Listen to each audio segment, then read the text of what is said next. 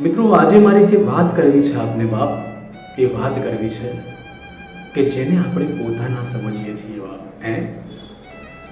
આ સમાજમાં સૌથી વધુ જો કોઈને નડ્યું હોય તો એ પોતાના લોકો નડ્યા છે. અને હા, સૌથી વધારે નડ્યા છે. જેને વ્યક્તિ પોતાના સગાવાલા માને છે તે ખરા સમય બાપ ખબર પડે છે કે કેટલાય સગા છે અને કેટલાય વાલા છે.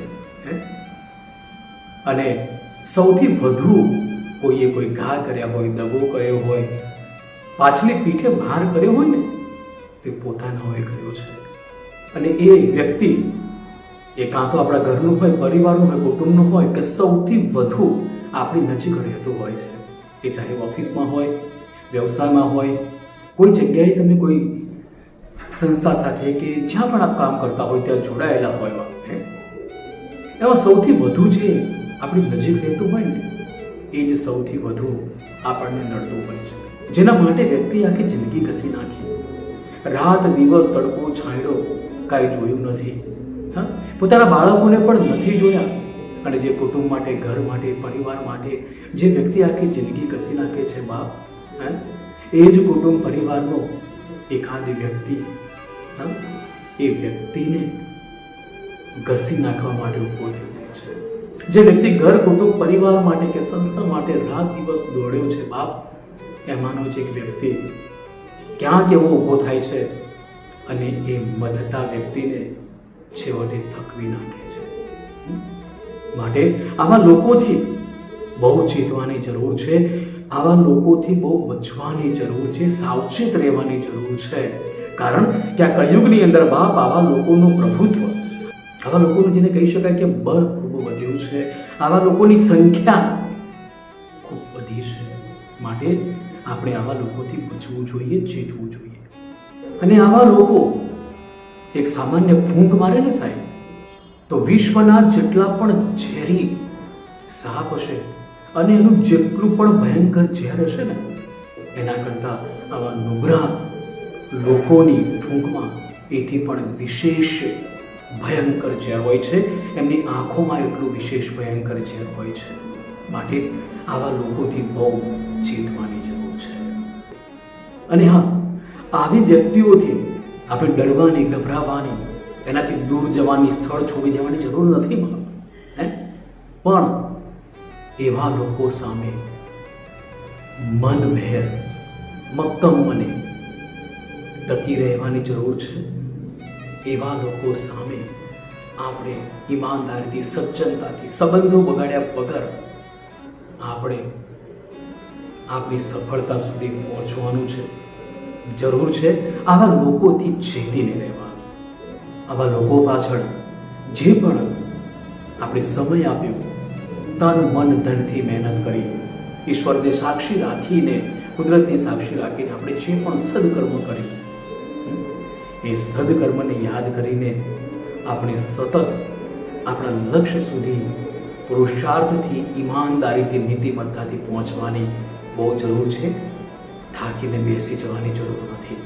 નહીં તો આવા લોકો કહેશે કે આ તો અમારી લાકડીના સહારે ચાલતો હતો, આ તો અમારા ટેકાની સરકાર હતી એટલે ચાલતી હતી, અમે હતા એટલે આ હતા.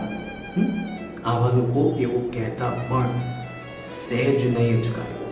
માટે આપણે આપણા લક્ષ્ય સુધી અચૂક પહોંચવાનું છે. એ વાતને હંમેશા યાદ રાખવાની છે.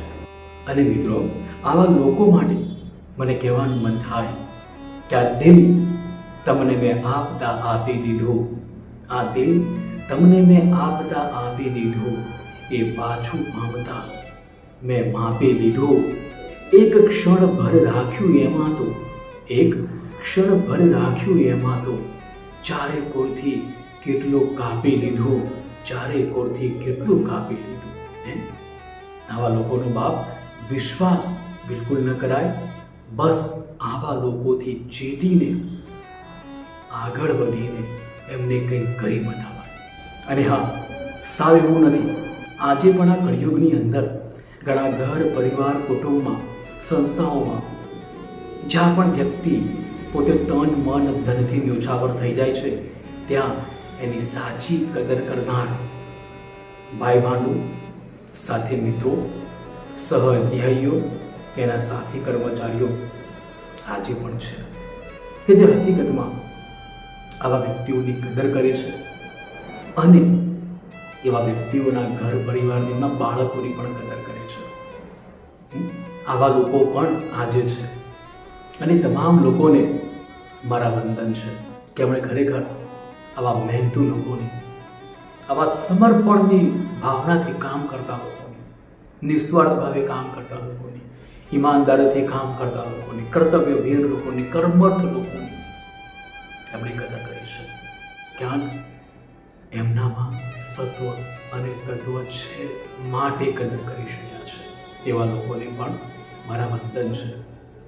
માટે આવો, જ્યાં પણ જઈએ ત્યાં એકબીજાને અનુકૂળ થઈએ, એકબીજા સાથે દ્વેષભાવ ન રાખીએ, એકબીજાને મદદરૂપ થવાનો પ્રયત્ન કરીએ. કોઈ આગળ જતું હોય તેને ટેકો આપીએ, એને મદદ કરીએ. કેમ કે એ પણ કુદરતનો જ સંતાન છે. માટે રાગ, દ્વેષ, ઈર્ષા, અહંકાર આ બધાથી પર રહી અને બધા સાથે હળી મળીને આગળ વધીએ.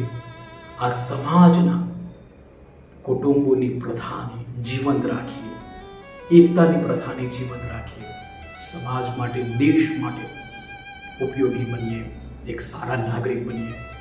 આશા રાખું કે આ વિડીયો આપને ગમ્યો હશે. આ વિડીયો આપને ગમ્યો હોય તો અનેક લોકો સુધી શેર કરજો, જેથી આ સાચી વાત લોકો સુધી પહોંચી શકે અને ક્યાંક આવી બદીઓ હોય તો એ સુધરી શકે. ફરી મળીશું એક આવા જ નવા વિડીયો સાથે.